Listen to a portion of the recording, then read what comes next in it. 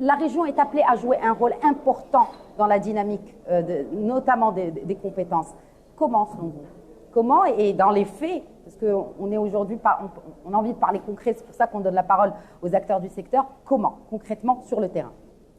Alors, vous savez, la région, selon la nouvelle loi sur la régionalisation avancée, la région est amenée à jouer un rôle extrêmement important, notamment celui du dynamo de l'attractivité économique. Donc, on a plusieurs rôles à jouer.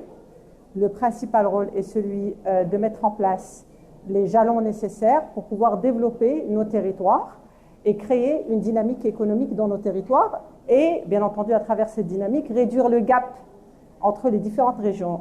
Monsieur Rachid a aussi parlé de l'axe Casa-Tanger. Et effectivement, c'est un axe qui concentre l'ensemble des compétences du Maroc. Et nous souffrons tous du manque de compétences, mais aussi du manque de cette dynamique régionale de l'économie dans un certain nombre de régions. En effet, aujourd'hui, les régions travaillent sur ce qu'on appelle les plans de développement régional. C'est ce qui nous permet d'asseoir une vision de développement par région, en fonction des spécificités de chaque région, des ressources de chaque région, en fonction aussi de nos capacités à déployer ou pas un certain nombre d'actions dans les régions. On a aussi, dans les prérogatives des régions, et quand j'entends Monsieur le ministre parler de la formation continue, ça m'interpelle énormément parce que dans les prérogatives des régions, on parle bien de formation continue.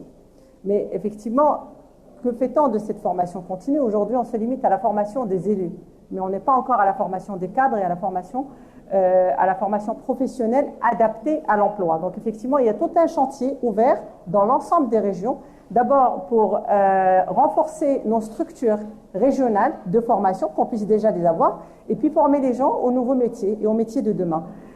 L'écart est énorme entre les régions. Certaines régions disposent de compétences, d'autres non. Mais encore faut-il, je me permets de vous interrompre, Madame Bouaïda, encore faut-il maintenir ces compétences dans ces régions. Il y a certaines régions où il y a des compétences, mais elles préfèrent aller voir sous d'autres cieux et ne pas rester développer la région. Alors, est-ce qu'on pense à eux, justement? Bien entendu, il y a ce qu'on appelle le cadre de vie qui est important, d'abord. Et puis, l'opportunité de créer du business, on va dire, tout à fait. dans les régions. Parce que toutes les régions ne sont pas toutes, les régions ne sont pas toutes au même pied d'égalité en termes de désenclavement, en termes d'infrastructures, en termes de développement. On a encore des régions qui travaillent encore sur le désenclavement. Moi-même, je préside une région où la plus grande partie de nos investissements va beaucoup plus vers le désenclavement. On a encore des régions qui manquent encore d'infrastructures.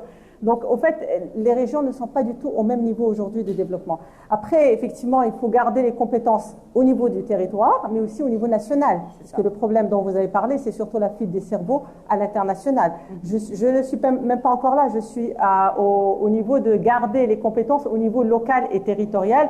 Effectivement, là, il faut, donner la possibilité à nos jeunes d'être formés et d'avoir une formation adéquate à l'environnement du travail, de créer de l'emploi au niveau des régions, donc de pouvoir attirer des investisseurs dans les régions, ou alors de créer de l'entrepreneuriat, donc développer l'entrepreneuriat à travers les toutes petites et moyennes entreprises, et aussi de créer le cadre de vie pour que nos jeunes puissent rester. Et là, c'est tout le défi de la régionalisation et du développement.